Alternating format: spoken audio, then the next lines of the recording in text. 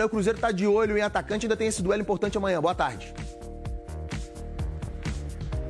Fala, Maurício, boa tarde para você, para todo mundo que tá com a gente. Pois é, proposta tá na mesa. O Cruzeiro formalizou uma proposta para a contratação do atacante Caio Jorge, de 22 anos, que hoje pertence à Juventus. Ele foi revelado pelo Santos na última temporada, agora atuou pelo Frosinone, também da Itália, um time que estava na primeira divisão e acabou rebaixado. A Juventus não tem intenção de utilizar o jogador na temporada, e aí os olhos do Cruzeiro brilharam. O clube procurou o staff do jogador, já formalizou essa proposta, agora aguarda uma resposta para essa negociação. Ele pode vir por empréstimo com direito de compra, ou o Cruzeiro pode comprar os direitos econômicos do jogador de forma definitiva.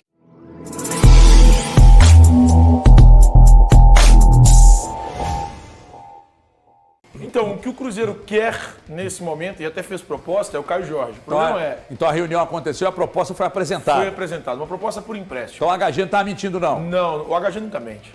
O que o Cruzeiro tenta é a contratação do Caio Jorge por empréstimo. O Cruzeiro conversa hoje com o staff do Caio Jorge, quer a contratação do jogador por empréstimo, formalizou a proposta da Juventus, e agora o ponto, HG, é o seguinte: o Cruzeiro, nesse momento, ele não se sente 100% seguro de que tem a melhor proposta, mas não vai entrar em leilão. Fez a oferta, vai aguardar uma resposta da Juventus e do próprio Caio Jorge, que tem 22 anos, ainda não conseguiu voar ali na Juventus, se destacar tanto na Juventus, tanto estava emprestado ao Frosinone, que também é da Itália. Então, existe hoje uma oferta formalizada do Cruzeiro pela contratação do Caio Jorge. Ô, Thiago, você sabe quais seriam os clubes que estariam na disputa aqui no nosso continente? Não sei, velho. Eu até perguntei, o cara falou, não sei que tem muita concorrência e tal. Eu não sei, talvez seja uma forma de valorizar e depois trazer e falar, o Caio Jorge era importante a gente lembrar que é muito jovem, né? Tem 22 anos, passou por todas as categorias de base da seleção brasileira, então a gente sabe da qualidade dele, acompanhou ele aqui no Santos, foi importante para o Santos em 2021, depois já passando as temporadas nesse período da Juventus, ele não teve uma boa sequência, foram apenas 13 jogos pela Juventus, não chegou a marcar gols. Frosinone, 22 partidas, então assim, ele não se adaptou ao futebol italiano, e isso acontece. A gente tem um ótimo exemplo, eu citei isso ontem aqui, e é importante a gente trazer esses recortes para o torcedor entender. Ah, não deu certo na Itália, então acabou o futebol. Não, ele tem 22 anos, tem um potencial gigantesco. O Gabigol não foi bem na Internacional de Milão, jogou pouquíssimo na Internacional. Voltou para o futebol brasileiro, se reencontrou no Santos, foi super bem, virou um dos maiores ídolos da torcida do Flamengo. Não é no momento, mas é, historicamente, um dos grandes ídolos da torcida do Flamengo. Então, eu aponto como uma ótima contratação se vier e se der certo aqui para o Cruzeiro. O Valu, me agrada demais. Eu acho um jogador com um potencial muito grande e eu queria saber a sua opinião. O potencial é grande. Ninguém vai parar na Juventus, assim, né? Tropeçou no futebol brasileiro e a Juventus contrata, né? O Pedro também, né? Que hoje vive novamente uma ótima fase do Flamengo também. Foi para o futebol italiano, não conseguiu jogar lá na Fiorentina. Sim, o Gabigol até o nível de exigência é mais alto, né, na Inter de Milão do que na querida Fiorentina. É um jogador com potencial, jovem também. Nesse sentido, um perfil, nesse sentido, de ser um jogador jovem que já foi lá e não conseguiu repetir o sucesso no Brasil, um caso um tanto parecido com o do Gabriel Veron, nesse sentido, nesse aspecto em especial.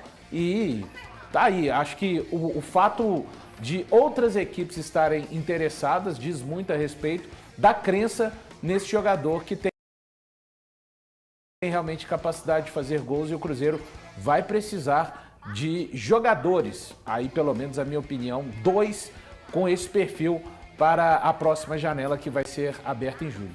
Bom, o Rep, você gostaria de vê-lo no Atlético? Eu gostaria sim, acho um jogador interessante e eu achava que ele era um substituto natural até para o Paulinho. O Atlético já teve interesse nesse jogador no passado, mas a coisa não andou. O Atlético não vai atrás dele agora não. Foi ano passado isso, não foi? Que o Atlético... Acho que foi no início. Acho que foi ano passado. Foi ano passado. Eu lembro que o Atlético teve interesse nele, mas... O cara que o Atlético queria mesmo para ser o reserva do Paulinho, para ser o potencial substituto do Paulinho, era o Rodrigo Muniz, que está no Fulham. Só que o Muniz começou a fazer gol.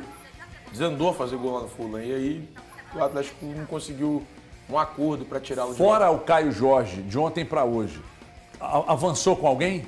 O Cruzeiro está tentando avançar com o Michael, HG. E aí, aquela pedida do Al Hilal de 8 milhões de dólares, ela não existe mais. Não é o que o Al Hilal quer hoje. O Al Hilal aceita liberar o Michael por um valor inferior. E isso significa que o Cruzeiro poderia entrar no páreo. Porque 8 milhões de dólares dá mais ou menos 41 milhões de reais. E dessa forma o Cruzeiro descartaria a contratação do Michael. Mas por um valor inferior, aí sim seria possível. Então hoje o Cruzeiro cogita sim a contratação do Michael, conversa e tenta entender o que o Al Hilal pede para a liberação do jogador. De fato o Al Hilal pensa em negociá-lo, talvez até na própria Arábia Saudita, porque existem propostas, existem consultas da Arábia Saudita para que o Michael deixe o Al Hilal e permaneça no país. Querem abrir espaços para estrangeiros. Exatamente. E mesmo num elenco tão recheado, o Michael teve muitas oportunidades e não foi mal. Ele, no elenco que tem Neymar, estava lesionado, tudo bem, mas tem o Mitrovic, tem... Putz, eu fiz a lista hoje, cara, esqueci. Tem o Koulibaly, que é zagueiro, tem o Renan Lodge. Então, assim, mesmo em um elenco... Tem o Malcom, ponta esquerda, que jogou no Corinthians, bom jogador. Muito bom jogador. Então, mesmo num elenco tão recheado de grandes nomes, o Michael teve oportunidades. O que significa que é um jogador interessante. Então não era mentira do HG, não? Também não. E para finalizar uma situação, eu avancei numa situação do Matheus Henrique. Hoje, o que inviabiliza qualquer conversa de clubes brasileiros com o Matheus Henrique é a situação do Sassuolo. O diretor esportivo do Sassuolo, salvo engano, Giovanni Rossi, eu até peguei o nome, mas, cara, esqueci aqui de cabeça.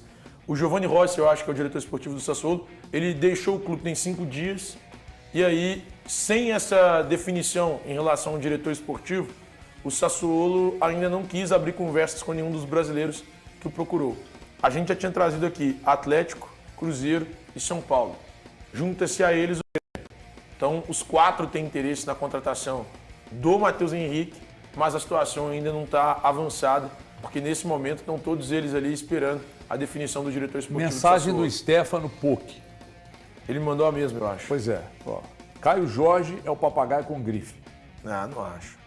De maneira nenhuma. Mas ele me mandou a mesma coisa. E me mandou os números dele falando que ele é um jogador sem números bons. Que no Brasil, em 2000... sem números bons na Itália. Não, ele fala do Brasil também. Pô, Aí ele mandou do Brasil. Falou. De acordo... O Caio Jorge é um papagaio com grife? Desculpa. Não, acho que o Papagaio é um jogador que daqui para frente ele já a sua formação como atleta já terminou. A gente está falando de um jogador que a gente não sabe ainda até qual potencial ele pode atingir. Só para trazer o que o Stefano trouxe, em 2019, 7 jogos, nenhum gol. 2020, 48 jogos, 9 gols. 2021, 28 jogos, 8 gols e 3 assistências.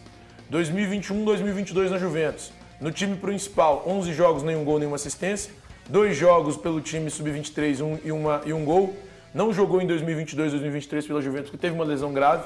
2023, 2024, 22 jogos pelo Frosinone, 3 gols e uma assistência. Olha como é que ele tá errado. Se você pegar a idade do menino, que é de 22 anos, e voltar na época que ele fez o gol, ele tinha o quê? 17? 17, 18. Não. Então, se eu for seguir o que o Stefano Poc está dizendo, aliás, Popó, se quiser falar, vem aqui.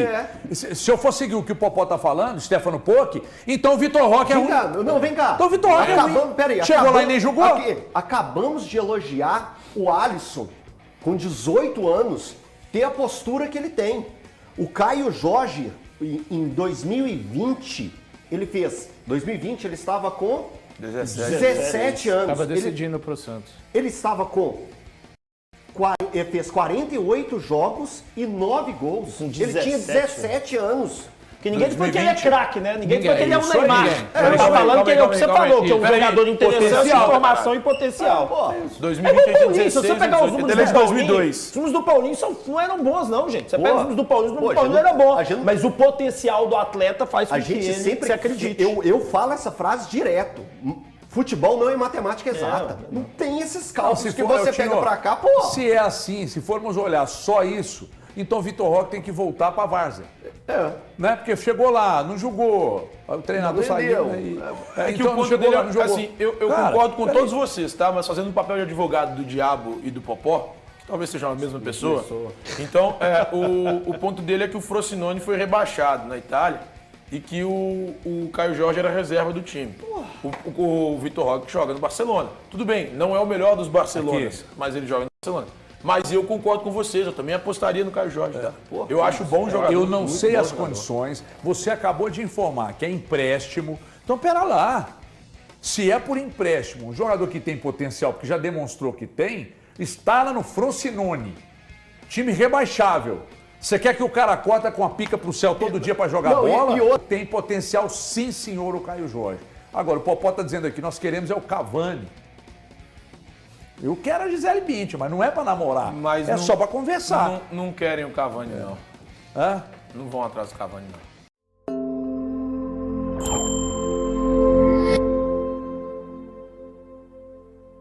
Visando a classificação direta às oitavas de final da Sul-Americana, o Cruzeiro recebe a Universidade Católica Equatoriana na noite desta quinta-feira, 30/5. Caso o resultado não seja favorável, o clube brasileiro terá que se contentar com o segundo lugar de sua chave, precisando passar por um play-off diante de um time vindo da Libertadores. Provável Cruzeiro: Anderson, William, Zé Ivaldo, João Marcelo e Marlon, Romero, Lucas Silva e Matheus Pereira, Robert, João Pedro, Álvaro Barreal e Rafa Silva.